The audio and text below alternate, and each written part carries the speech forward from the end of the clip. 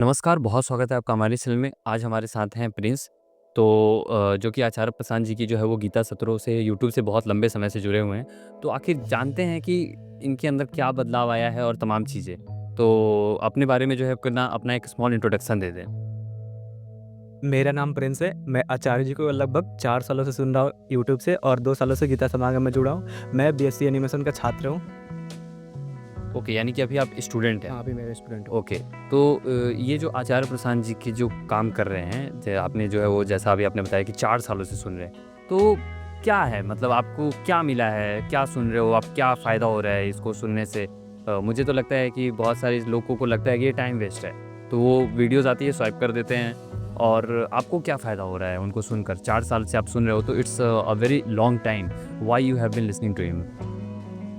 अगर मैं अपनी बात करूँ तो मैं आचार्य जी को लगभग 4 सालों से सुन रहा हूँ, मैंने तो ये पहले बता दिया। उससे मेरे ज़िंदगी में आए बदलाव मैं आपको बताना चाहूँगा।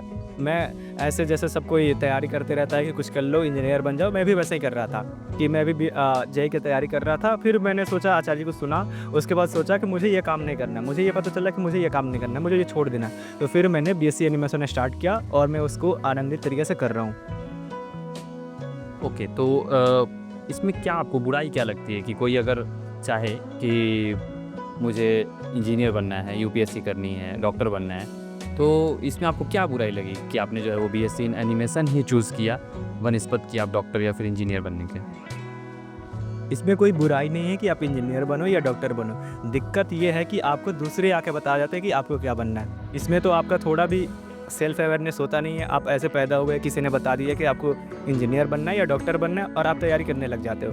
इसमें दिल वाली बात, आत्मा वाली बात होती नहीं है। जब मैंने आचार्य जी को सुना और समझा तो मुझे लगा कि मुझे खुद सोचना चाहिए कि इस दुनिया में क्या-क्या समस्याएँ हैं, मैं उसके कैसे समाधान ला सकता हूँ। तो मुझे समाधान के तौर पे लगा कि मुझे वीडियोज़ बनाने चाहिए। तो उसके लिए मैंने कोर्सेज़ सेलेक्ट किए, मैंने उसके लिए बीएससी एनिमेशन चुना और ये कर रहा हूँ। जो मुझे इसमें मज़ा भी आ रहा है और एक अलग शान दिख रहा है इसमें, एक अलग तेज़ लग रहा है। ओके, तो अब जो है वो मैं थोड़ी बात करूँगा क्योंकि मैंने भी वीडियोज़ सुने हैं। मैं भी जो है वो सत्रों को सुना हूँ। तो आपसे मैं पर्सनली पूछना चाहूँगा कि जो है वो ये लाइव सेशंस जो होती है यूट्यूब में और लाइव सेशंस में क्या डिफ़रेंस है? यूट्यूब में और लाइव सेशन में पहली बात मैं स्पष्ट कर देना चाहूँगा कि इसमें ज़मीन आसमान का फ़र्क है। कई गुना ज़मीन आसमान का फ़र्क है।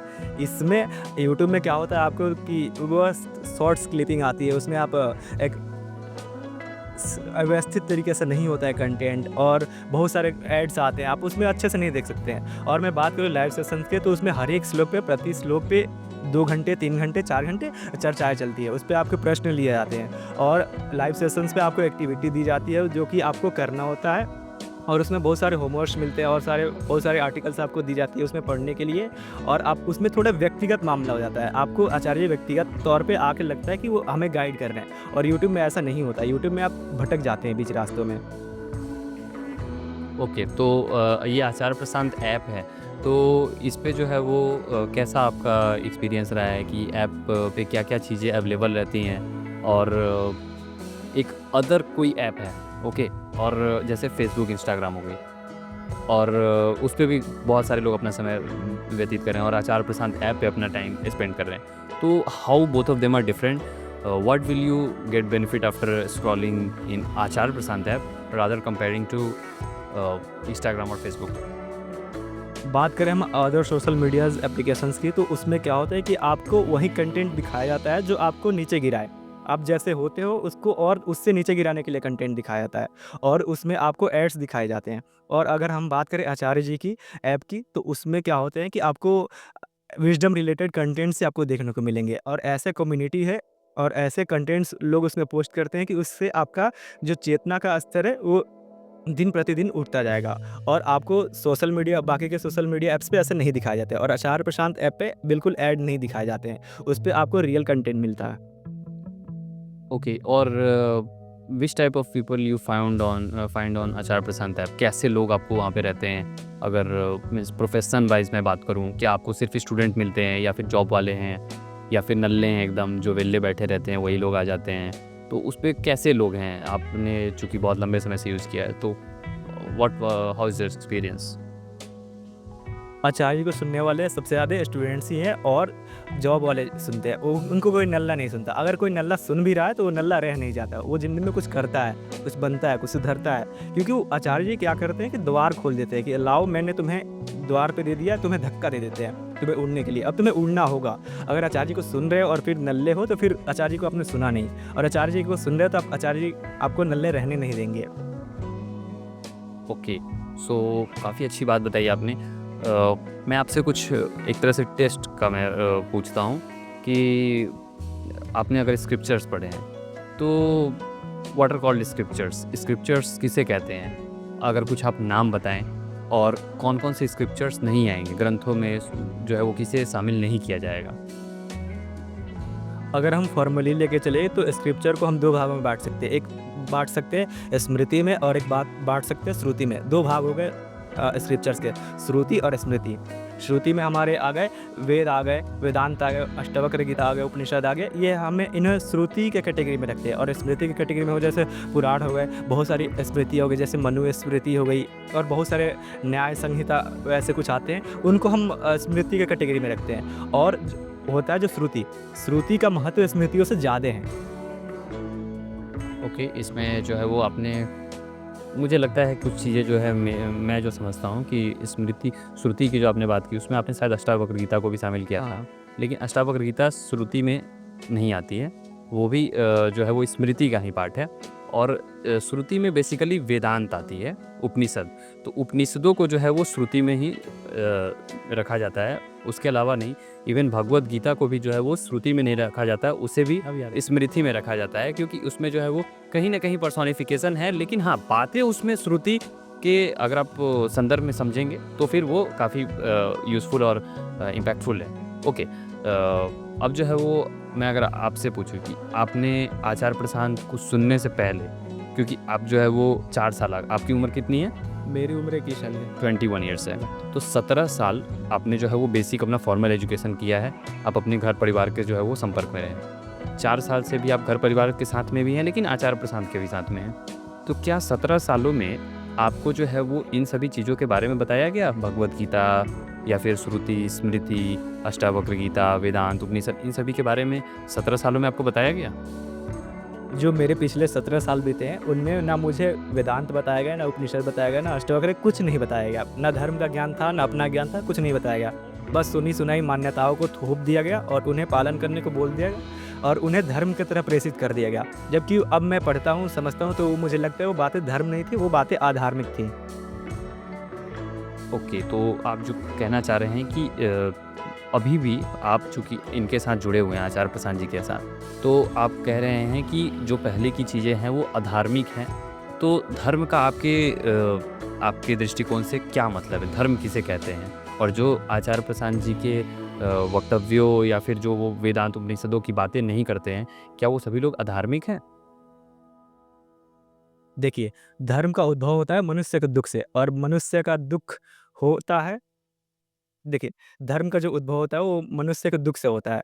हम धर्म उन्हीं को बोलते हैं जो आत्मज्ञान और बोध से फलित होते हैं। और जो हमें पुरानी मान्यताएँ थोप दी जाती है, वो तो आत्मज्ञान से जनित नहीं होती है, ना वो बोध जनित होती है, वो तो बस थोपी जाती है। तो हम उन्हें वैसे भी धार्मिक नहीं कह सकते, क्योंकि धर्म का मैंने परिभाषा यही बताया है कि जो आत्मज्ञान और बोध से उठे वही धर्म है। और जो लोग बातें करते हैं आचार्य के खिलाफ और जो कहते हैं कि ये बातें धर्म नहीं है, तो उन्हें खुद सोचना चाहिए कि धर्म का परिभाषा है क्या? हम धर्म करें, धारण करें, लेकिन किसको? मैं तो दुख में हूँ ना, तो मैं उसको धारण करूँगा जो मेरे दुख से मुक्ति दिलाए। और दुख से मुक्ति वही दिलाता है बोध और आत्मज्ञान। और जो लोग आचार्य के खिलाफ में हैं और जो उनके विरोध में, वो तो इनकी बात करते दिखते नहीं। वो मान्यताओं, कल्पनाओं, परिकथाओं की बात करते हैं, तो वो आपके दुख कैसे कम करेंगे? तो ऐसे में बाय डिफिनेशन भी बातें वो अधार्मिक हो गई। ये जो आपने व्याख्या की, बहुत ही मुझे लगता है तर्कसंगत आपने बात करी है। और जो आप, मुझे लगता है कि आप जो शिक्षा ग्रहण कर रहे हैं आचार्य जी के साथ में, वो एक अच्छे स्तर का है और कहीं न कहीं सनातन धर्म को बहुत ही ऊंचाइयों तक ले जाने वाली चीज़ें हैं जो आप सीख रहे हैं। इतनी छोटी सी आयु में, 21 वर्ष की आयु में आपको श्रुति स्मृति का ज्ञान है, धर्म की एक परिभाषा आप दे पा रहे हैं। और बहुत सारे ऐसे लोग हैं जो सिर्फ मंदिरों में या फिर तीर्थों पे जाकर सिर्फ तमाशा कर रहे हैं धर्म के नाम पे, वो बस एक बाजार बन के रह गया है। तो कहीं न कहीं अगर मुझे लगता है कि आपके अंदर इतना बदलाव आया है, तो जो लोग अगर जुड़ना चाहते हैं, वो ज़रूर जुड़ें। आचार्य प्रशांत जी के साथ अगर कोई जुड़ना चाहते हैं, तो उसका प्रोसीजर क्या है? कैसे जुड़ सकते हैं? आप आचार्य जी के माध्यम से आप उनके वेबसाइट पे जाओगे तो आपको एक फॉर्म मिलेगा, उसको आप फिल कर सकते हो, तो आप गीता समागम में जुड़ जाओगे। आपको काउंसलर से कॉल आएगा और आप उनसे जुड़ सकते हो गीता समागम से। जुड़ना बहुत आसान है। ओके, तो जुड़ना बहुत आसान है, उसका लिंक भी मैं आपको डिस्क्रिप्शन बॉक्स में दे दूँगा। बात नीयत की होनी चाहिए। हाँ, बात नहीं आती है। बात नीयत की है। तो क्या इससे जुड़ने के पैसे भी लगते हैं?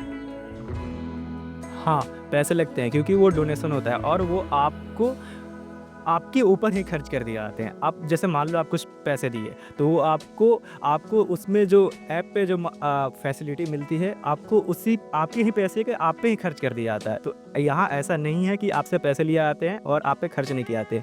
वो पैसे आप पे ही खर्च किए जाते हैं, उल्टे में आप पे ही बरस के लौटते हैं। जैसे क्या होता है कि हम आसमान में कुछ ऊपर उछालते, जैसे मान लिया अमृत ऊपर उछाला तो वो आप पे ही गिरेगा। तो ऐसे ही है कि आप अपने संसाधन ऊपर फेंकेंगे, उछालेंगे तो आप पे ही गिरेगा, आपका ही फ़ायदा होगा। संसाधन यज्ञ में लगाने ही होते हैं। जैसे आचार्य परिभाषा देते हैं यज्ञ का कि आप सही जगह संसाधन लगाओ। तो ये हमारे दुःख को कम करता है अध्यात्म में। तो ये ऑब्वियसली बात सही है। तो हम इसमें अगर संसाधन लगाएँ तो हमारा ही फ़ायदा होगा। अगर हम अध्यात्म में संसाधन लगाने के बजाय खुद खाते हैं तो इसको कृष्ण ने गीता में कहा है कि जो संसाधन यज्ञ में ना लगाकर वो खुद खाता है वो चोर कहलाता है। और यज्ञ की परिभाषा यही है, जो चीज़ आपकी चेतना को बढ़ाए, आपके दुःख को कम करे और आप में आत्मज्ञान के प्रति रुझान जागृत करे, यही यज्ञ है। और इसी में हमारे संसाधन खर्च करने होने चाहिए। तो अगर मैं इन टर्म्स ऑफ मनी बात करूँ कि कोई अगर जुड़ना चाहता है, तो कितने रुपए उससे देने होंगे? कोई नहीं दे सकता है, उसके लिए क्या प्रावधान है? या कोई एक फ़िक्स्ड अमाउंट होती है कि इतना देना ही पड़ेगा? ये थोड़ा और डिटेल में बताएँ आप। देखिए, हम इसमें कोई फ़िक्स्ड अमाउंट नहीं है। आप अपनी क्षमता अनुसार आप योगदान दे सकते हैं। हाँ, अगर आप ऐसे हैं कि आप बिल्कुल भी नहीं दे सकते, तो आप अपने काउंसलर से बात कर लीजिएगा, सलाहकार से आप बात कर सकते हैं, वो आपको फ्री में भी इनरोल करा देंगे। लेकिन बात नियत की है, आप अपने दुःख से जितना परेशान रहोगे, आप उतने ही पैसे दोगे, क्योंकि आपको अपने दुःख से मुक्ति पाना है। अगर आपकी नीयत सही नहीं है, आपको जीवन में उठना नहीं है, तो आपके पास पैसे होंगे भी, तो आप देंगे नहीं। अगर आपका नीयत सही है, तो आपके पास जितने संसाधन हैं, उसमें से आप कुछ दे सकते हैं। ओके, तो बहुत अच्छा लगा आपसे बात करके। आपने जो है वो सभी जो पक्षों हैं, उस पे बात की है। अगर आपको लगता है कि हमें कोई और भी प्रश्न लेने चाहिए, तो आप जो है वो कमेंट बॉक्स में ज़रूर कमेंट करें। और I hope that this video will be very much helpful to all those youngster and as well as to people who want to know about Acharya Prasant or the benefit which we are getting from him. You can definitely go to the Acharya Prasant app. You can download that app from Google Play Store or iPhone. For iPhone user, you can also get it from probably Apple Store, na? Okay, so from Apple Store you can download it, and on website everything is available, and things are available at very very reasonable donation amount. So please donate to Acharya Prasant Advait Foundation, so that these things can reach to a wide mass in very short span of time. Thanks for watching. Have a good day. Bye. Thank you.